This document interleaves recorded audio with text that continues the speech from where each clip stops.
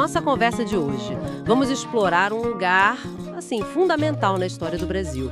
O Engenho São Jorge dos Erasmos, lá em Santos. Olá, e não só o engenho, né, mas também um achado arqueológico bem pequeno, mas que, olha, abre um mundo de conexões. Exatamente. São umas contas de vidro coloridas. Nossas fontes contam a história desse engenho, que é, tipo, a estrutura mais antiga da colonização portuguesa que ainda existe, de 1534. É muita história. E temos também um estudo focado nessas continhas. Isso! A ideia aqui é entender por que esse lugar é tão importante e, claro, que história essas pecinhas minúsculas contam sobre rotas comerciais, sobre vidas. É uma viagem no tempo e no espaço, né? Vamos lá. Então, primeiro, o lugar. Engenho São Jorge dos Erasmos. Fica em Santos, São Paulo. Ele começou como Engenho do Governador, fundado por Martim Afonso de Souza lá em 1534. Bem no comecinho mesmo. Pois é. Depois uma família da Antuérpia, os Schetz, comprou e aí virou dos Erasmos. E a importância dele vai além de ser o primeiro, né? Não é só a produção de açúcar. Não mesmo. Foi palco daquele encontro muitas vezes violento, né, entre portugueses, os povos indígenas originários e os africanos que foram trazidos para cá escravizados. Um microcosmos do que viria a ser o Brasil. E hoje? Hoje ele é um monumento nacional, tombado em todas as esferas, IPAM, Condepate, Condepasa, é sítio arqueológico também. E pertence ao USP, certo? Desde 1958, funciona como uma base de pesquisa, cultura, extensão, recebe tipo uns 8 mil visitantes por ano. É um lugar vivo. É fundamental ter isso em mente. Não são só ruínas. É um lugar que respira história, mas também ciência. Representa o início dessa mistura complexa, sabe? Ameríndia, europeia, africana. Mistura marcada pela exploração do açúcar, pela violência da escravidão, pela aculturação. Exato. E por isso é uma base incrível para pesquisa. História, arqueologia, biologia, tudo se cruza ali para entender essas sociedades do açúcar. E foi nesse cenário que, em 2004, o pessoal do Museu de Arqueologia e Etnologia da USP, durante as escavações, achou uma coisa inesperada. Ah, as famosas contas. Isso. 3 continhas de vidro, pequenininhas, decoradas. E a primeira pergunta da equipe foi logo: ué, seriam miçangas africanas? E aí a história dá uma guinada global, né? Porque essas contas são de um tipo bem específico. São as contas Chevron. Chevron? Nunca tinha ouvido esse nome. É, também chamadas de contas estrela ou perla rosetta em italiano. Geralmente são ovais, feitas com camadas de vidro de cores diferentes. Azul, branco e vermelho é bem comum. E a estrela? A estrela aparece quando eles lapidam as pontas. Fica um desenho zigue-zague, tipo uma estrela de, geralmente, 12 pontas. Por isso, conta estrela. Que interessante. E o Museu da USP já conhecia esse tipo? Sim.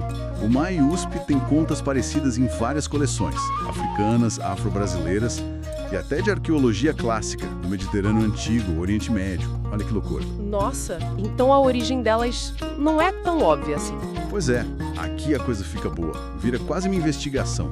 E qual a teoria principal? De onde elas vieram? Bom, a teoria mais forte, digamos assim, é que eram produzidas em Veneza, talvez na ilha de Murano, né, famosa pelos vidros.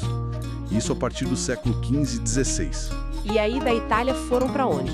Viraram um item-chave no comércio europeu com a África a partir do século XVI. Eram contas de troca. Troca por quê? Ouro, marfim, óleo de palma e, o mais trágico, por pessoas escravizadas. Eram moeda, literalmente. Imagina o valor disso na África, então? Gigantesco. Não era só valor comercial.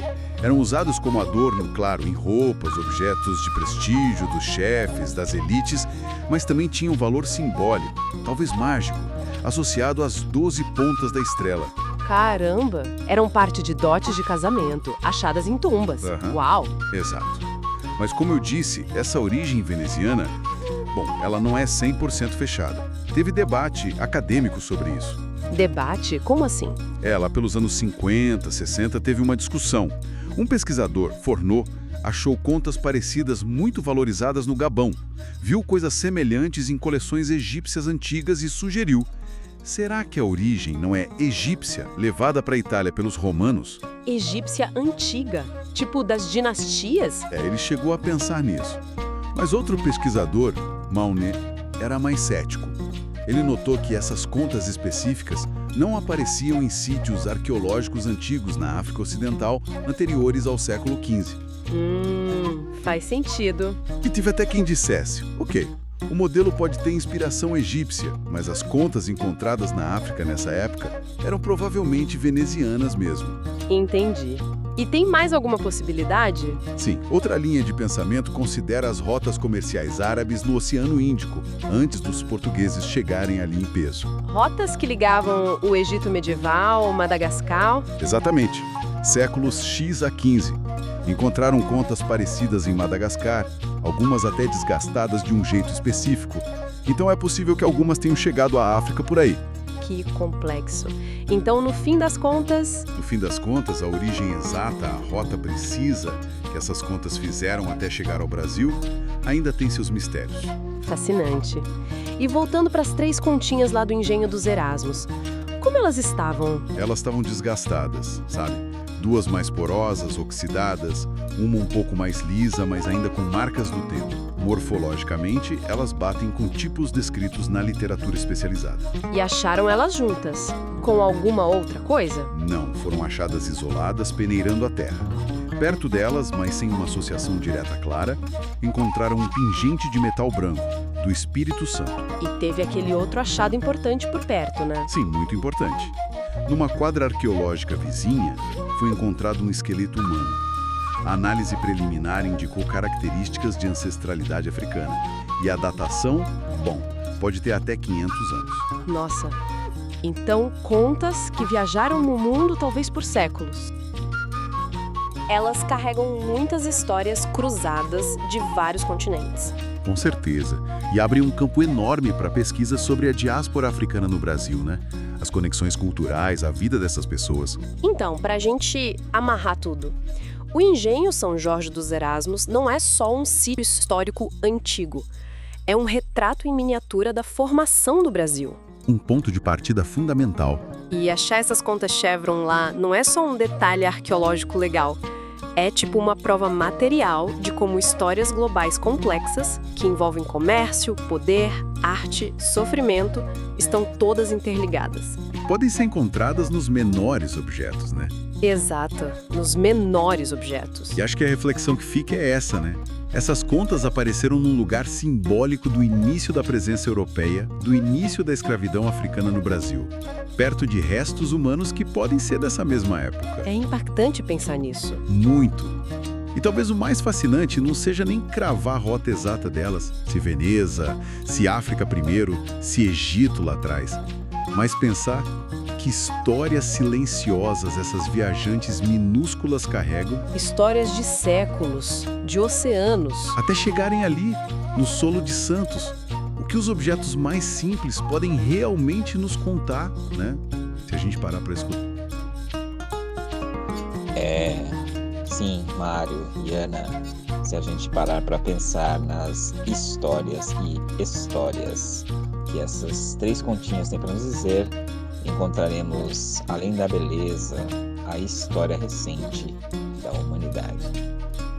Ouvimos de Marta Heloísa Delpa Salum, mais conhecida como Lizzie, Por Mais Que Sejam Belas, o que dizem simples contas, publicado originalmente no 15º Congresso da Sociedade de Arqueologia Brasileira, Anais dos Trabalhos Científicos, Comunicação, do ano de 2010. O evento ocorrido entre os dias de 20 a 23 de setembro de 2009 no Hotel Sagres, na excelentíssima, belíssima e maravilhosa Belém do Pará. Que delícia, hein? Tudo de bom. Até fazer excelência no Belém do Pará é mais gostoso. Acho que a Lizzie vai me dizer que eu sou uma bola. Acho que é verdade. Bom, esse foi a Arte Africana Exposta, um podcast para ouvirmos artigos e livros.